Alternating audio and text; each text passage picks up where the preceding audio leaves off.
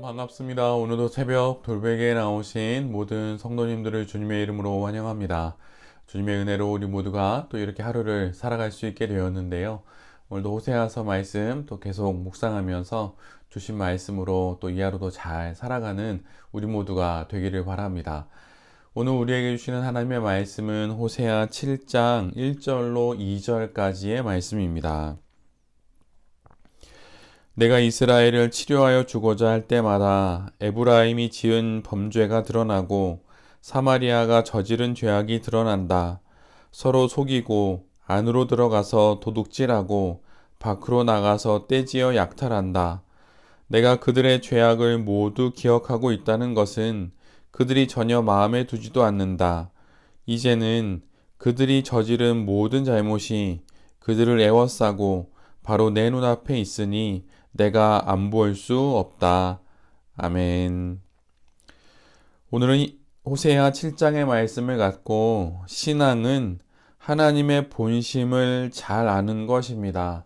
신앙은 하나님의 본심을 잘 아는 것입니다. 라는 제목으로 함께 하나님 말씀을 나누도록 하겠습니다.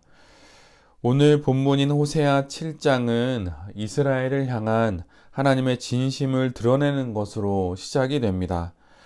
내가 이스라엘을 치료하여 주고자 할 때마다 하나님께서 이스라엘을 향해 하시는 그분의 모든 일들에 담긴 하나님의 뜻은 치료하시기 위함입니다. 고치시고 낫게 하시는 것이 바로 하나님의 본심인 것이죠. 우리의 상황은 때로 하나님의 그 본심을 가리우고 눈에 보이는 사건들은 하나님의 진실을 왜곡하지만 그때마다 우리가 기억해야 할 것이 있습니다. 바로 우리를 치료하시려는 하나님의 본심입니다. 이것이 우리를 향한 하나님의 뜻입니다. 병든 몸이 나음받아 이제 하나님과 함께 후회 없는 인생을 살아가게 하심이 하나님의 본심입니다. 퇴원한 환자가 일상으로 돌아가 다시 그의 인생을 기쁘게 살아가듯이 성도들도 그렇게 신앙을 회복하고 또 회개함으로 하나님과 더불어 한 번뿐인 인생을 잘 살아가게 하시는 것이 하나님의 본심입니다. 우리를 향한 하나님의 뜻은 패망과 멸망이 아니라 희망과 소망을 주시는 것입니다. 하나님과 더불어 주어진 생명의 시간을 살고 영원토록 사는 것, 그것이 바로 하나님의 우리를 향한 그분의 마음이라고 하는 것이지요. 이런 하나님의 진심을 알 때 우리는 많은 유혹과 또 어려움의 시간들을 잘 지나갈 수 있습니다. 이런 하나님의 진심을 알 때 우리는 감당하기 어려운 순간들도 잘 감당하며 잘 지나갈 수 있는 것입니다. 그런데 이스라엘은 호세아의 아내인 고멜처럼 하나님의 이 진심을 알지 못했습니다. 이는 하나님의 진심이 찾지 못하도록 깊은 곳에 숨겨져 있기 때문이 아닙니다. 이스라엘 안에 너무 많은 죄악이 짙은 어둠으로 가득하기 때문에 하나님의 진심을 알지 못했던 것입니다. 하나님께서 이스라엘을 치료하기 위해 그들을 들여다보니 그들 안에는 온갖 속임과 거짓, 도둑질과 약탈이 가득했습니다. 환자의 환부를 들여다본 의사처럼 하나님이 이 모든 것을 보신 것이지요. 심지어 그들은 하나님께서 그들의 모든 죄악을 이처럼 보았고 또한 기억하고 있다는 사실조차 전혀 마음에 두지 않았습니다. 신경을 쓰지 않고 마음조차 기울이지 않았던 것이죠. 못 본 척 할 수 없을 정도로 적나라하게 드러나고 있음에도 불구하고 이스라엘은 뻔뻔하게 행동했습니다. 아나무인이라고 하는 말이 있지요. 아나무인은 사람을 향한 것이라고 한다면 이스라엘의 이 모습은 인을 신이라는 한자로 바꿔서 아나무신 이렇게 말할 수 있습니다. 신은 안중에도 두지 않는 것입니다. 우리 안에 어둠들이 하나님을 보지 못하게 합니다. 한번 내가 어떤 어둠 가운데 있는지 하나님을 보지 못하도록 하는 내 안의 어둠은 무엇인지 한번 잘 생각해 보아야 할 것입니다. 과도한 일이나 지나친 염려와 불안, 영혼을 돌아볼 시간이 없는 모든 것들이 이러한 삶을 만들어냅니다. 또한 부족한 열심, 미흡한 경각심, 무감각해진 묵상 시간과 예배 생활 등도 하나님의 본심을 알아차리지 못하고 까먹게 하는 일이 됩니다. 하나님의 진심을 잘 아는 것이 참된 인생을 살아가고 또 그 인생을 완주하는 방법입니다. 우리의 육적, 심적, 영적인 환부를 하나님께 드러내어서 치유받아 참된 인생을 살아가는 우리 모두가 되기를 기도합니다. 그렇다면 우리의 환부를 하나님께 드러내는 것은 어떻게 할 수 있는 것일까요? 그것은 하나님께 기도를 드리는 것입니다. 수시로 때마다 하나님께 나아가 기도하는 것이지요. 하나님께 기도를 드리십시오. 나의 아픈 부분, 어려운 상황, 힘든 모든 것들을 하나님께 기도하십시오. 그것이 우리가 치유받는 첫 걸음입니다. 돈이 없다면 기도하십시오. 또한 건강이 없다면 기도하십시오.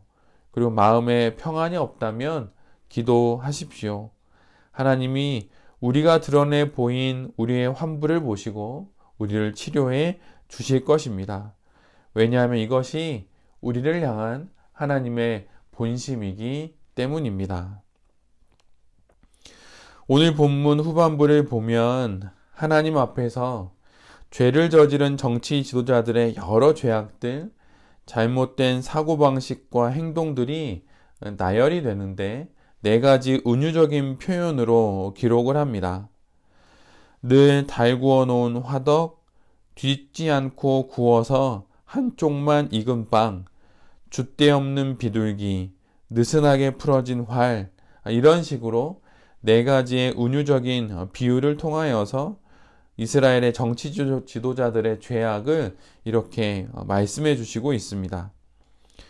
화덕의 용도는 무엇인가요? 그것은 잘 달구어져서 빵을 잘 구워내는 것입니다. 그런데 그 화덕이 항상 달구어져 있습니다. 지금으로 말하자면 가스레인지가 계속 켜 있는 것이죠. 이는 언제든 죄를 지을 준비를 하고 있는 모습을 뜻합니다. 언제든 반죽을 얹어 놓기만 하면 구워 빵을 만들어내듯 늘 그렇게 죄 지을 준비를 하고 있는 모습입니다. 말을 마치 죄를 짓기 위한 비상대기조처럼 그렇게 살아가는 인생을 말합니다. 작은 유혹에도 홀딱 넘어갈 준비가 이미 되어 있는 바로 그런 모습입니다. 그런데 지금 이스라엘이 이런 상태라고 하는 것이지요. 어쩔 수 없다 말할 수 없습니다. 또한 아니라고 말할 수도 없습니다. 사람은 그 보이지 않는 중심을 어느 누구에도 들키지 않지만 하나님은 그 중심까지도 보시는 분입니다. 오늘 본문 2절 내가 안 볼 수 없다 하신 말씀처럼 하나님은 그 깊은 곳까지 보시는 분입니다. 아니 보실 수 없는 것이지요. 왜냐하면 하나님이시기 때문입니다. 죄악을 향해 언제든 달려갈 준비가 되어 있는 부분이 있다면 그 화덕의 불을 이제는 꺼야 합니다.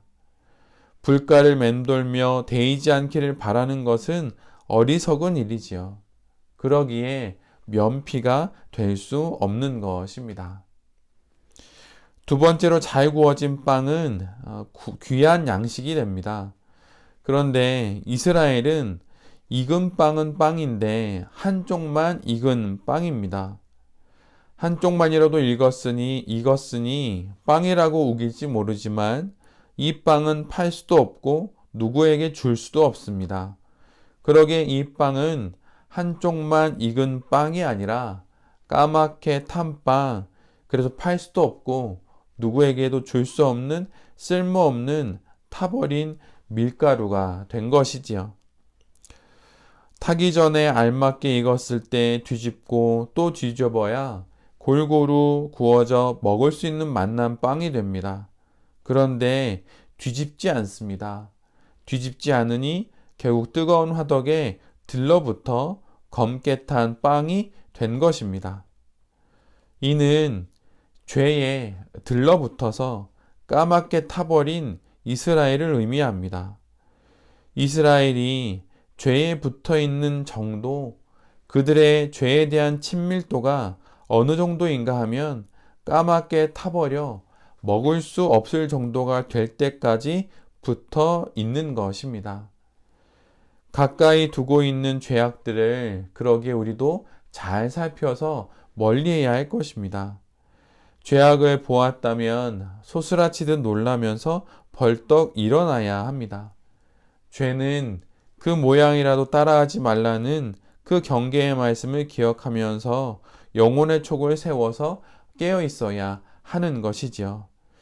내가 들러붙어 까맣게 타버리기까지 그토록 머물고 있는 어떤 죄악과 또 거룩하지 못한 습관과 생활의 방식들이 있다면 그것으로부터 속히 일어나 빨리 거룩을 향하여서 나아가야 할 것입니다. 세 번째는 줏대 없는 비둘기와 같은 모습입니다. 개역 개정에서는 이를 어리석은 비둘기라고 번역을 해 두었는데, 여기서 어리석은의 그 원문에 따른 문자적인 의미는 마음에 없다라는 뜻입니다. 이는 확고한 노선과 소신, 기준도 없이 순간적인 판단과 이해 득실을 따라 그냥 마음이 흘러가는 대로 그냥 기웃거리다가 결국은 죄를 짓는 것을 의미합니다.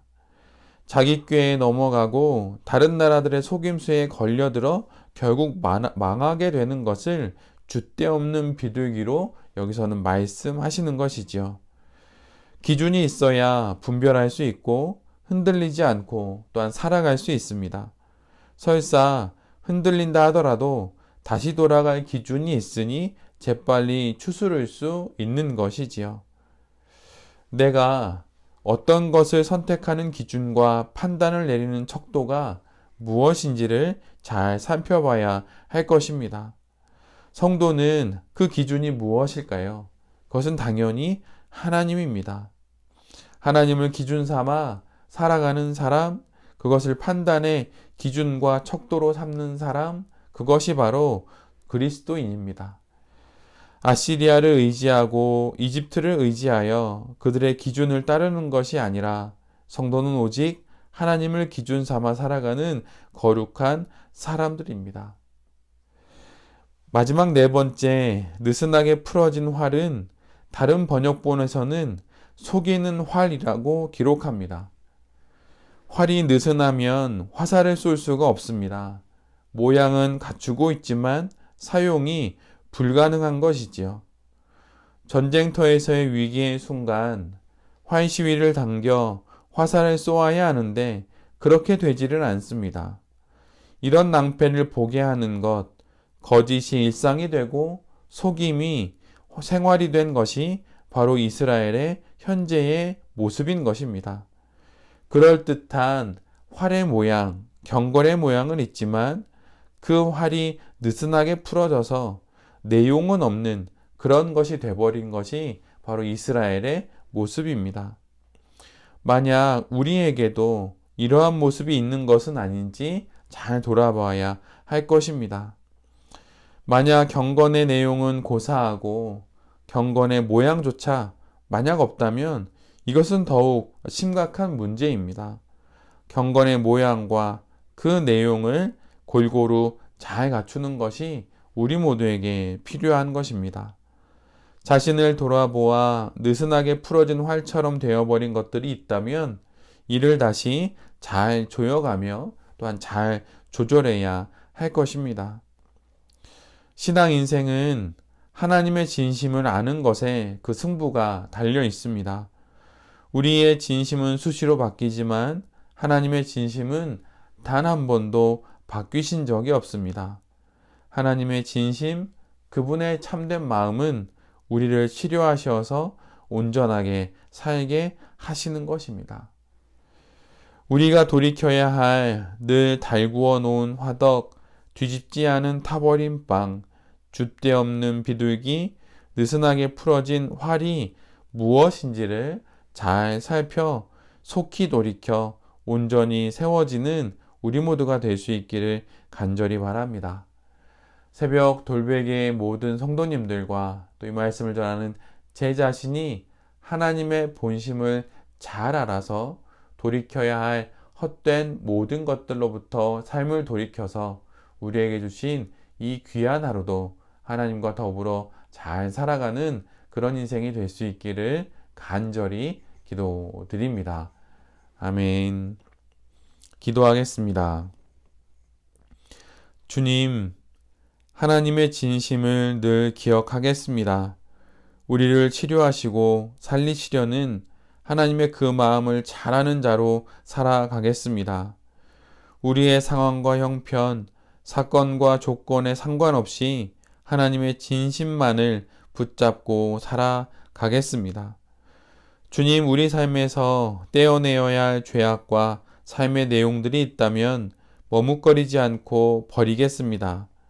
늘 달구어 놓은 화덕, 뒤집지 않아 까맣게 타버린 빵, 줏대 없는 비둘기, 느슨하게 풀어진 활과 같은 모든 영육의 것들을 버리게 하여 주시옵소서. 주님, 오늘도 주님 앞에서 이 하루를 살아가게 됩니다. 이 하루 가운데 겪게 되는 모든 일들 가운데 주님 곁에서 임마누엘로 함께하여 주시고 에베네셀로 우리를 도와 주시옵소서.